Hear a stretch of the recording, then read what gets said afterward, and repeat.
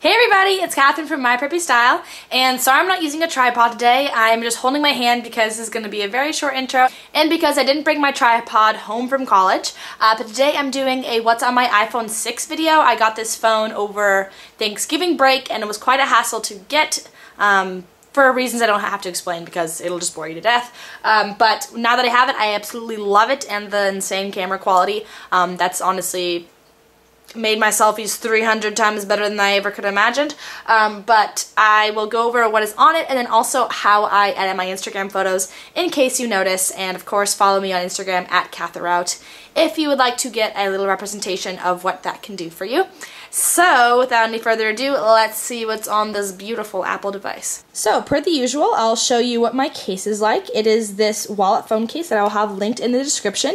I got it on Amazon for pretty cheap. It has an amazing wristlet, which I never take off my wrist, and then it snaps with closure here, opens up, and it has 1, 2, 3, 4 spaces. I have my license in here. It's not in here right now because I didn't want you to see where I live. My debit card, which is Disney themed, my school ID, my insurance cards, also like any other stuff I need. Then there's a cash slot where I put business cards and cash and stuff like that. And then the phone actually is in a semi-case here. So it really is really good at staying inside the case and doesn't fall out like my other one. But I got the white one with silver. My background screen currently is of Disneyland. This is Baymax, all of his little balloons in front of the Star Trader arcade here. And so I actually have my fingerprint unlocked there. And this is the overall organization of my first page here. This is really just like the homeostasis of how my phone wants to operate. I just kind of arranged it by what I use, so there's no real like specific folder for anything until I get to the second page. But I like keeping my messages and my phone app up here. I like just having settings and calendar and stuff like this all up here. So photos off as a camera, reminders, weather, maps, Google search, which is an app. You can download it just a lot easier than using, so I was looking up Portlandia's pilot episode, the song in it, but you can just search way easier on this app. And then Snapchat, of course, Mail, Notes, Time Hop is one of my favorite apps for sure. It shows you everything you did in 2014 on social media, or it shows you everything you did over the past few years. So I have this thing off Twitter, just really random stuff. Yik Yak, which is an anonymous Twitter site, so basically based on your location, people can just post whatever they want. So it's kind of just like a bunch of text posts, honestly, so you can organize it by hot, and yeah, just really random stuff. GroupMe is really great for group messaging. It organizes all of the groups you have, like Grexting. I don't know if you guys use that, but group texting, so that if people don't have iPhones, you can still group text a lot easier. The App Store I just left here. Honestly, I shouldn't have it on this front page, but I kind of liked how blue it was here, because I'm anal like that. The clock I use for alarms. Uber I use in LA a good amount. If you would like to use my code to give me free Ubers, that'd be amazing. If you've never used Uber before, the first time you use it, type in Catherine B342, and I'll get a free ride up to $20 or $30, and you will too, so it'll be amazing. The Chase app is amazing because I get direct deposit now from YouTube and stuff, so I can check my bank account there. Venmo is my religion. This is so helpful for when I am borrowing money from people, or I offer to pay for someone because we don't want to split the bill. One person just pays for everything, and then people Venmo that person back. It's just a direct way to pay people.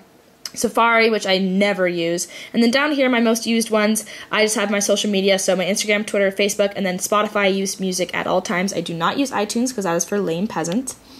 And then IMDb I'm obsessed with because I get really, really psycho when I see someone in a movie or on TV that I've seen before and I want to know where they're from, so I'll search them up using that. It just records everyone that's ever been on TV or movies and tells you what else they've been in, basically.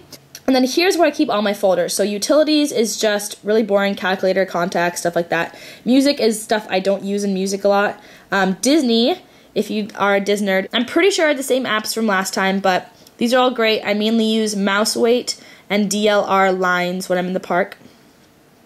Then cameras. So this is the point where I'll tell you how I edit my Instagram photos. So I really stick to Afterlight, to DAW, and Moldiv. So I'll usually go into Afterlight, then go down here. I usually clarify it a little bit. I use brightness however I want, depending on the photo. I use saturation a little bit, only up to like 10 really. Contrast, exposure, I usually go up, never down. Seasons, I really like Magnolia and Mulberry. And then original, I'll use the black and white, but I like coral. I like marine. Bloom is nice too. And then as far as light leaks, I installed this instant film one, so that gives you like cool stuff at the bottom here. But it's usually too harsh on my photos, so I'll just do like light leaks. So it depends what I use, but I really like that light leak. And I like this light leak. That's just like a little bit at the bottom. And then I usually, crop it. You can also do, if you don't know, you can do this thing where you can lay stuff over it. So let's say I wanted to lay this for some reason. You like crop it, and then you can do this so that like it's double exposure. So if you want to put like two kind of artsy photos in one, you usually wouldn't do it with like a portrait one and like a landscape one. If you had two landscape ones, you could put them together, but it's kind of cool if you didn't know that's a feature. And then these I usually don't use unless I want to put something like that around it. So yeah, that's what I do for Afterlight. I'm not actually going to use that photo, but if you want, to draw SLR, I use a lot. If you've ever seen a photo where the background of mine is blurred, I use to draw SLR. So like this is a photo of me and my best friend, and as you can see, there are a bunch of gross people in the background. But what I've already done is I've colored over this with a mask. So it's just like you just paint over here, and it turns everything in the foreground green. So I'm going to undo that. But as soon as you cover in all of the edges of this, you go ahead and press next. And you can either do all, so as you can see, it's all blurred out. If I turn the aperture up, it'll blur out and put kind of like bokeh on, but you can turn on gloss, and that really like makes the dots really bright. But that just kind of turns it in to a really cool kind of DSLR-like photo. And then Moldiv has really, really cool frames and collages. I highly recommend paying for it.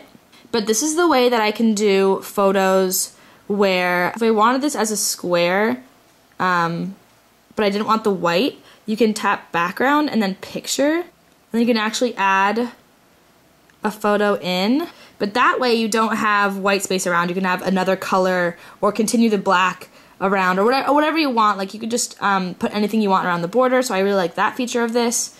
Besides that, there's a lot of variations and styles. These are awesome.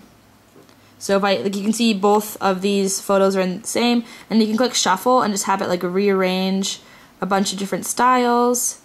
Just really, really cool stuff. I really highly recommend this app. You do have to pay for it though.